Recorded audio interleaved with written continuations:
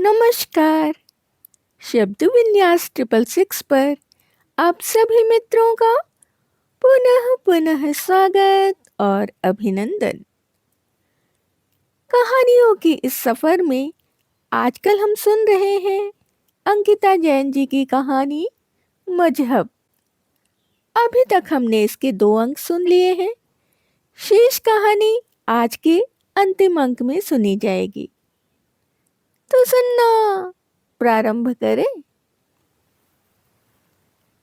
अपने आसपास के बदलते माहौल की वजह से जूली डरने लगी थी। एक इतवार की ही तो बात थी जब जूली शाम के वक्त हाट देखने बैल्कनी में खड़ी थी और इकराम सामने ग्राउंड में खड़ा उसे ही देख रहा था। तभी पड़ी थी जूली की नजर उस चूड़ी वाले पर जो उसे ही देख मुस्कुरा रहा था। उसके बाद जूली ने महसूस किया कि सब्जी वाला, टिक्की वाला सभी आपस में खीसे निपोर रहे हैं और एक गंदी मुस्कान उनके चेहरों पर पसरी हुई है।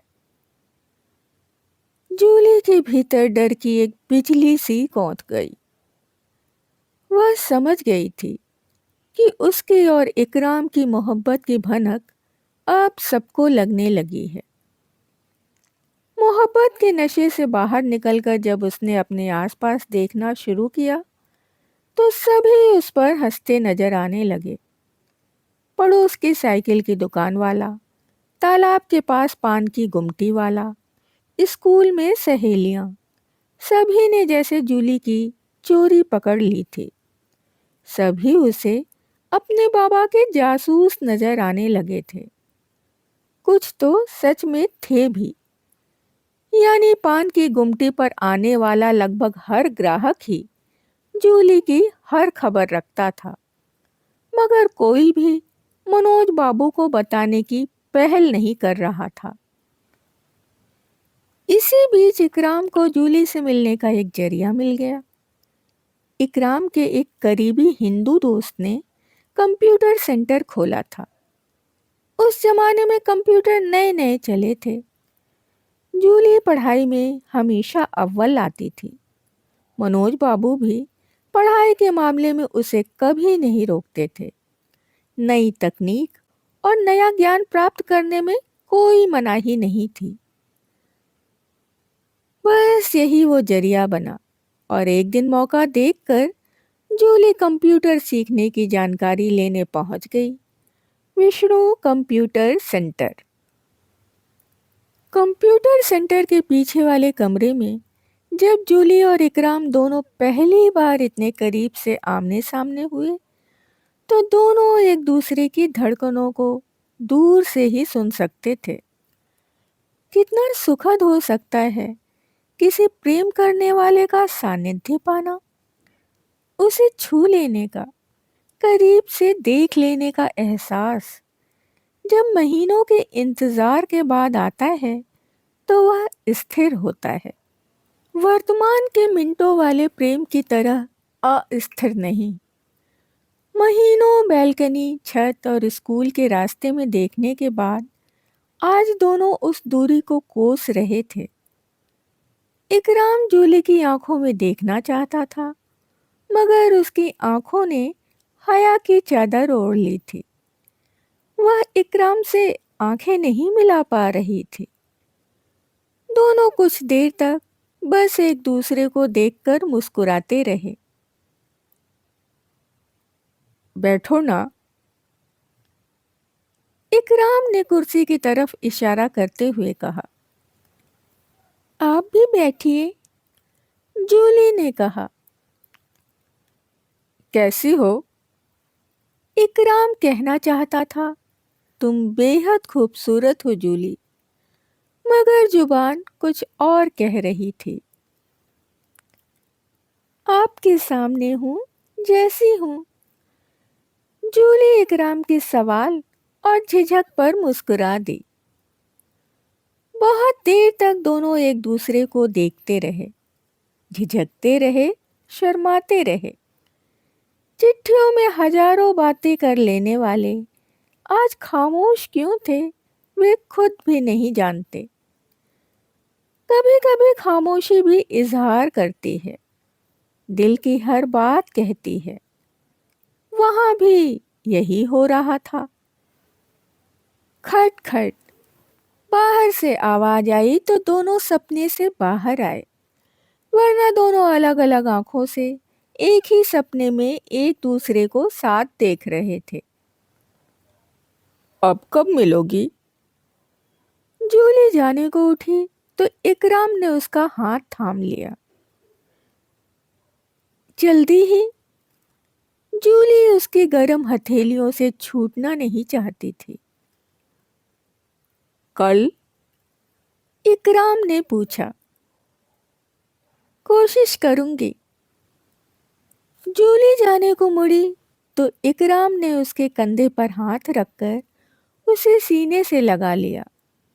यही तो वह चाहती थी, इसी का तो उसे इंतजार था। दोनों की आंखों के कोने भीग गए थे। दोनों एक दूसरे के बदन की महक से तर हो रहे थे। वे कुछ देर ऐसे ही रहते अगर दोबारा खटखट ना हुई होती। इकराम ने जूली की आंखों के भीगे कोने चूम लिए। वह उसे अपने आलिंगन से जाने नहीं देना चाहता था। वह हमेशा ऐसे ही रहना चाहता था। वह वक्त को थाम लेना चाहता था।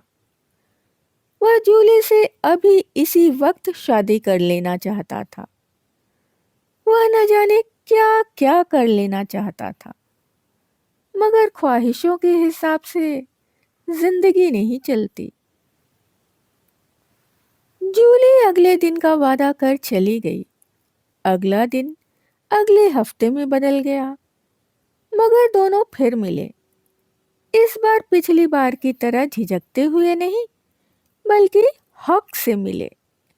अपने शिकवे शिकायतों के साथ मिले, अपने हंसी ठहाकों के साथ मिले, अपनी चाहतों के साथ मिले। इन मुलाकातों के बीच एक खास मुलाकात भी आई थी। उस दिन इकराम ने हाथ बढ़ाकर अपनी हथेली खोलते हुए कहा, ये तुम्हारे लिए। बिंदी? गोल लाल बिंदी देख जूली ने आश्चर्य से कहा, हाँ, एक बार इसे लगाकर दिखाओ ना। मगर मुस्लिम्स तो बिंदी पसंद नहीं करते, जूली ने झेपते हुए कहा था। हाँ, पर मैं करता हूँ। कहते हुए इकराम ने खुद ही जब जूली के माथे पर बिंदी लगाई तो जूली की आंखें मुद गई थीं। जैसे शादी के मंडप में बैठी जूली की इकराम ने मांग भर दी हो। वह एक हसीन सपने में खो जाने के लिए मचल उठी थी। इकराम के गले से लिपट जाना चाहती थी, मगर कोई देख नाले का डर उसे रोक रहा था। इकराम ने जब उसके होंठ चूम लेने की चाहत पेश की तो वह पिघलती चली गई। एक दूसरे पर चुंबनों की बारिश करते हुए दोनों एक दूसरे में समाते चले गए और वक्त उस हंसी मोहब्बत के मिलन का गवाह बन गया। दूरियों की वह दीवार जब गिरी तो हर मुलाकात के साथ गिरती ही चली गई, सारी सीमाएं लांघ कर। यह क्रम अगली कुछ मुलाकातों तक चला तो गांव भर में उनकी मोहब्बत की महक दुर्गंध बनकर फैलने लगी। एक मुसलमान के साथ सोने में शर्म न आई उस कुर्ता को? यह सिर्फ उस मुसलमान का एक हिंदू को खराब करने का तकड़म है। इधर ये पान पर चूना लगा रहे हैं, उधर वह मुल्ला इनकी इज्जत पर चूना लगा रहा है। मनोज बाबू के कानों में जब ये बातें पड़ी, उनमें से आग निकलनी स्वाभाविक थी। जूली की माँ, आज या तो इसे मार डालूंगा या खुद मर जाऊंगा। उस दिन घर आते ही मनोज बाबू ने तांडव शुरू कर दिया था। 3-4 थप्पड़ जड़ने के बाद अगर जूली की माँ बीच में ना आती तो सच में वे जूली को मार ही डालते। बाबा की मार के बाद वह घंटों सिसकती रही थी, मगर खुद की मार से भी ज्यादा दर्द और डर उसे इस बात से लग रहा था जो उन्होंने इकराम के लिए कही थी। उस हरामी की औलाद को मैं जिंदा दफन करवा दूंगा। तभी से जूली इकराम से बात करने के लिए तड़प रही थी। जाने बाबा उसके साथ क्या करने वाले थे। एक एक मिनट वह डर और दर्द में काट रही थी, मगर कर ही क्या सकती थी। उसकी हर हरकत पर जेल की सलाखों सा पहरा था। बाथरूम भी जाती तो माँ बैल्कनी में खड़ी रहती। पर्दों का उठना रात में भी बंद कर दिया गया था। इकराम और जूली के साए भी ना मिल पाए, इसके कड़े इंतजाम किए गए थे। मनोज बाबू का जी चाहता कि हर बार इकराम का नाम जुबान से निकलने पर जुबान भी गंगा जल से धो लें।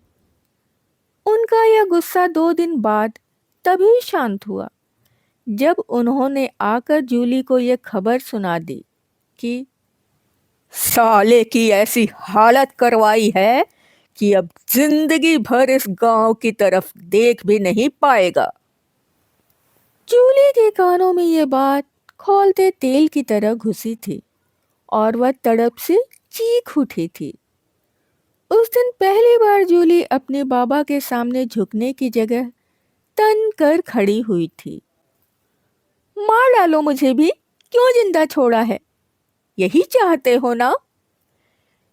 जूली के मुंह से आवाज और आंखों में नफरत को मनोज बाबू ने फिर अपनी मार से ही शांत किया, जब तक वह बेहोश नहीं हो गई।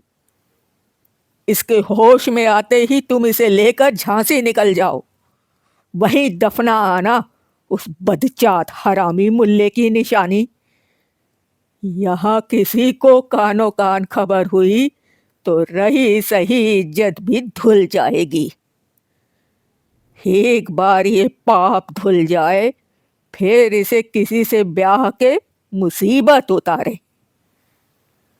अस्पताल के कमरे में जब जूली को होश आया तो उसके कानों में मनोज बाबू के ये शब्द पड़े थे जो उन्होंने जूली की माँ से कहे थे।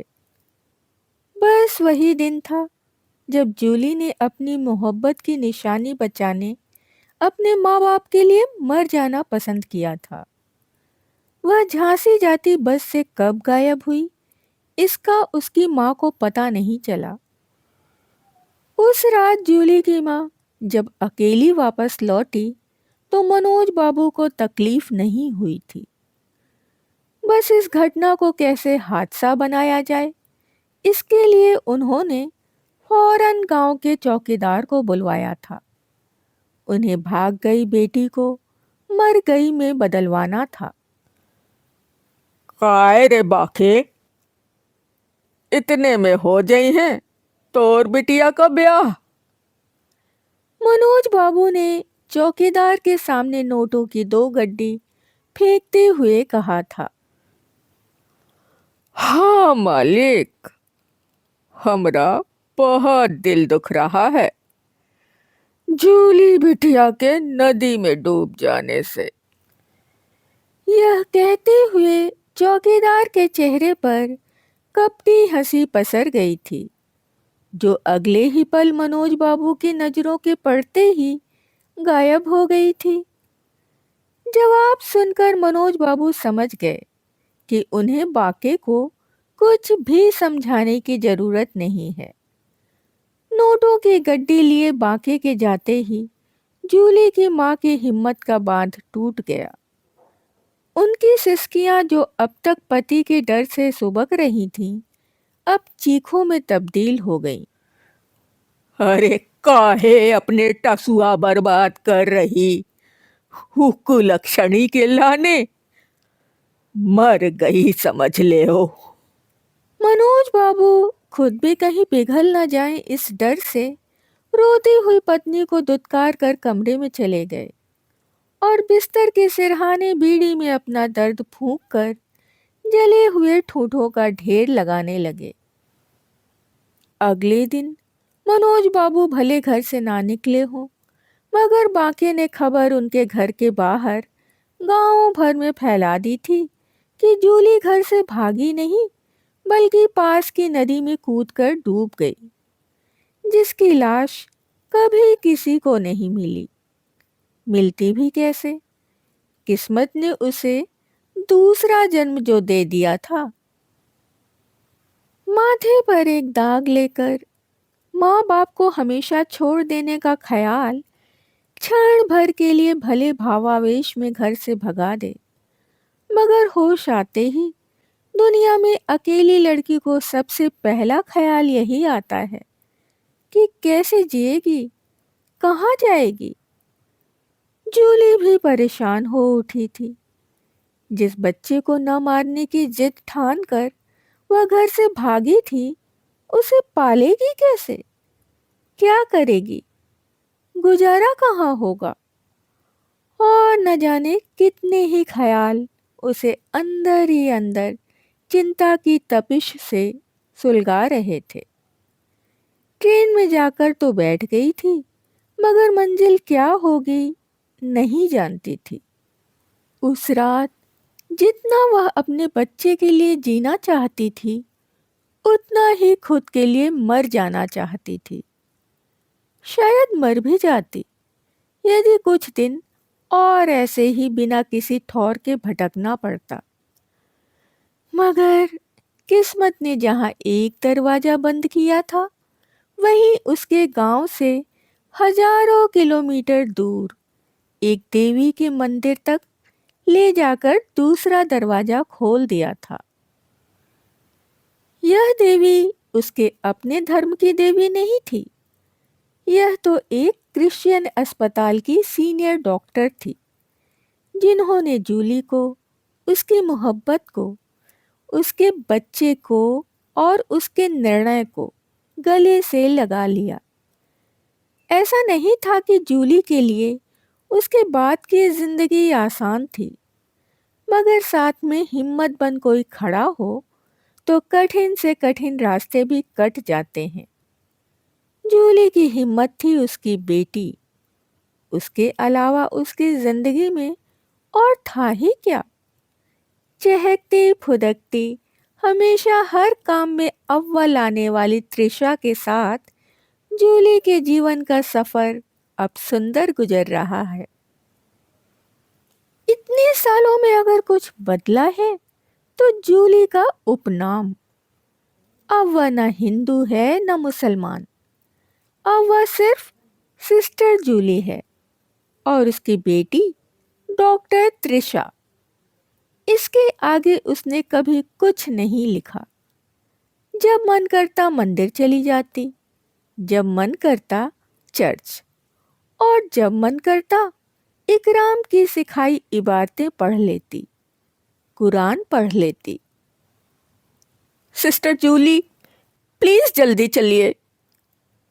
जूली अपनी आगे की कहानी से सुख और दुख अलग अलग छांटती, उससे पहले ही हॉस्पिटल का प्यून भागता हाँफता उसके पास आया।